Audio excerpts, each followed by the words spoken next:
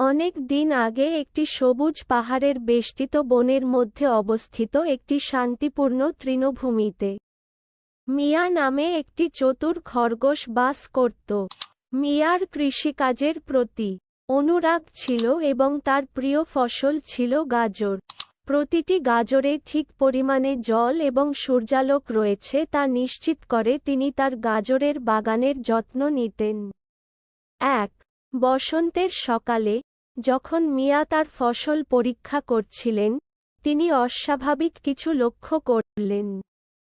তার গাজর আগের চেয়ে বড় এবং মিষ্টি হয়ে উঠছিল।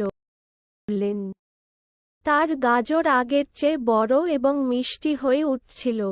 মিয়ার অসাধারণ গাজরের কথা দ্রুত তৃণভূমিতে ছড়িয়ে পড়ে।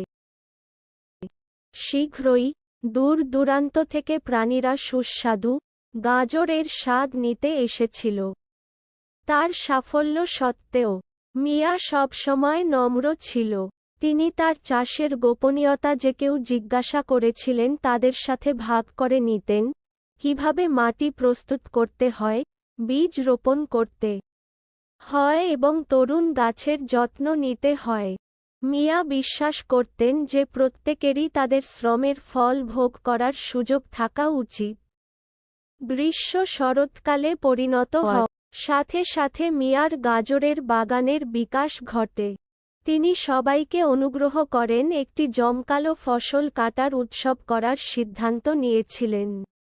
সমস্ত তৃণভূমি থেকে পশুরা ফসল কাটা উপভোগ করতে জড়ো হয়েছিল। তারা গেম খেলেছে, গান গেয়েছে এবং অবশ্যই প্রচুর মিয়ার বিখ্যাত গাজর খেয়েছে। এটি একটি বিশাল সাফল্য ছিল এবং মিয়ার উদারতা তৃণভূমির বাসিন্দাদের উপর একটি স্থায়ী ছাপ রেখেছিল।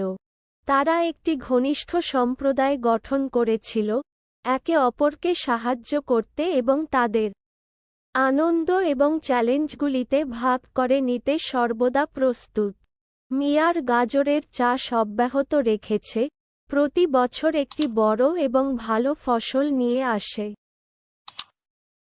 এবং তাই শান্ত তৃণভূমিতে একটি সদয় হৃদয় খরগোশের উত্তরাধিকার এবং তার অসাধারণ গাজর চাষ করে সবাইকে মনে করিয়ে দেয় যে সেরা ফসলগুলি ভালোবাসার সাথে জন্মানো হয় এবং বন্ধুদের সাথে ভাগ করা হয়।